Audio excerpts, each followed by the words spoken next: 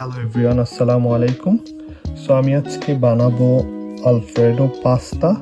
সেটার জন্য আমি নিয়ে নিচ্ছি ব্যারিলার গ্লুটিন ফ্রি পাস্তা। এটা আমি একটি বয়লিং ওয়াটারে দিয়ে দিব। বয়লিং ওয়াটারে 10 থেকে 12 মিনিট কুক করব। কুক করার পর আমি এটা উঠিয়ে নিব এবং পাশাপাশি আমি যে ইনগ্রিডিয়েন্টসগুলো ইউজ করছি সেটা হচ্ছে আপনার চিলি ফ্লেক্স এবং আলফ্রেডো সস। সো আমি একটা প্যানে দিয়ে দিব 2 টেবিল স্পুন বাটার।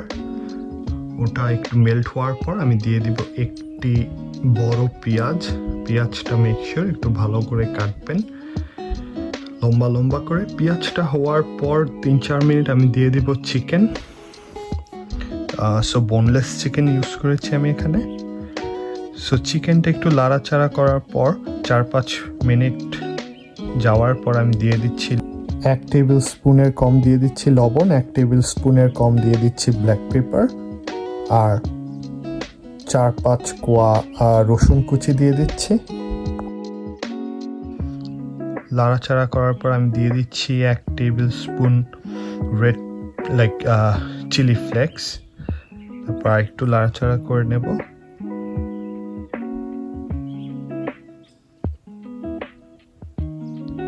কিছুক্ষণ পর ঢেকে দেব। লাড়াচাড়া করার পর ঢাকার 5-6 মিনিট পর ঢাকনা তুলে আমি দিয়ে দিচ্ছি 3টি বড় সাইজের মাশরুম, লম্বা লম্বা সাইজ করে কেটে দিয়ে দিচ্ছি। ওটা মোটামুটি হালকা একটু ঢেকে দিয়ে আরও 5-6 মিনিট আমি এটাকে কুক করব যাতে ভিতরটা একটু নরম হয়ে যায়। 10 মিনিট কুক করার পর আমি দেখতে ঠিক এরকম হবে। আপনারা চাইলে আর একটু কমও কুক করতে পারেন। তারপর একটি ফুল আলফ্রেডো সস দিয়ে দিব। আলফ্রেডো সস দেওয়ার পর কিন্তু অনেক ছিটে, সো মেক শিওর আপনারা সেফে আলফ্রেডো সসটা ঢালবেন। ঢেলেই একটু হালকা লাড়া দিয়ে আপনারা ঢেকে দিবেন। সো 3-4 মিনিট কুক হওয়ার পর ঢাকনাটা তুলে আমি দেখলাম কেমন টেক্সচার। সো মোটামুটি এখানে ভালোই টেক্সচার দেখা যাচ্ছে। তারপর আমি দিয়ে দিলাম আমার বয়েলড পাস্তাটা ছড়িয়ে একটু খুলে খুলে দিবেন। খুলে দেওয়ার পর আমি আবার একটু লাড়বো। হালকা লাড়াচাড়া করার পর দেখবো মোটামুটি যখন কুক হয়ে যাবে তখন আমি আবার একটু ঢাকনাটা দিয়ে দিব। ঢাকনা দেওয়ার পর একটু টেস্ট করে দেখবো যে কেমন হলো। সো মোটামুটি এখানে ভালোই দেখা যাচ্ছে।